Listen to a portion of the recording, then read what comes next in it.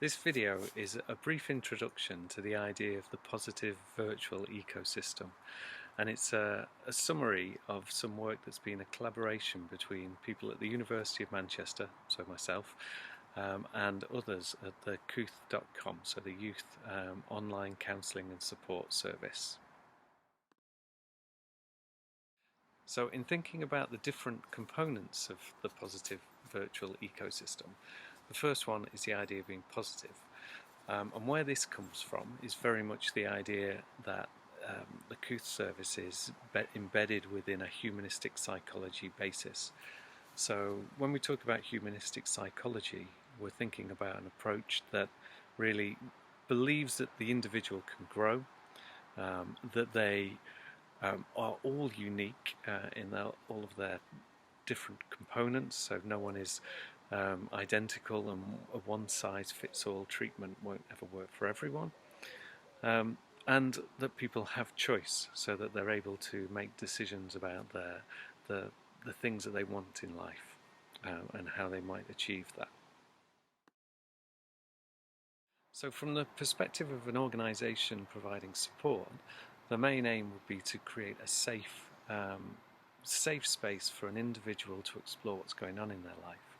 And then if that space was safe enough, then we could assume that some sort of constructive or positive growth will occur as a consequence. So then if we move on to what we think about in terms of the virtual aspect of the positive virtual ecosystem, we're really thinking about the online world.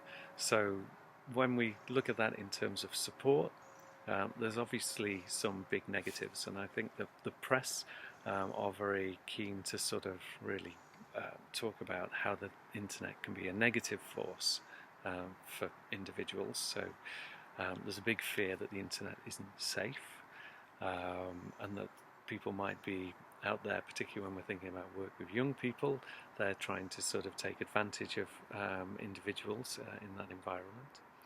Then there's all the technical issues that might come as a consequence of working via technology.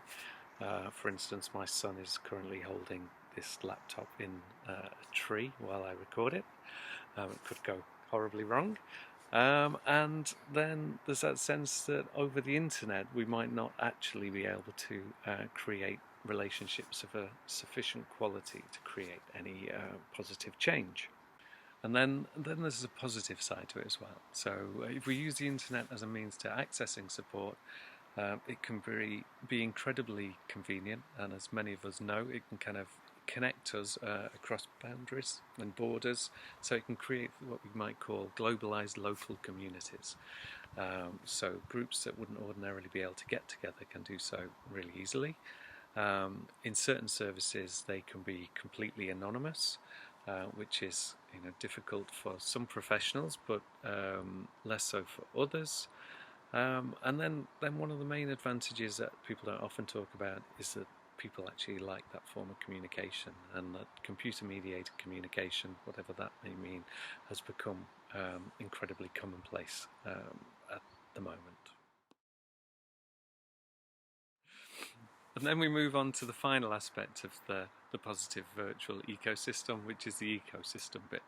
And typically when we think of the word ecosystem, we might think of the greenery and thinking about the environment. And here we're taking a slightly different environment, in the sense that we're using a definition of ecosystem which really reflects the idea of a community or group of living organisms that live in or interact with each other in a specific environment.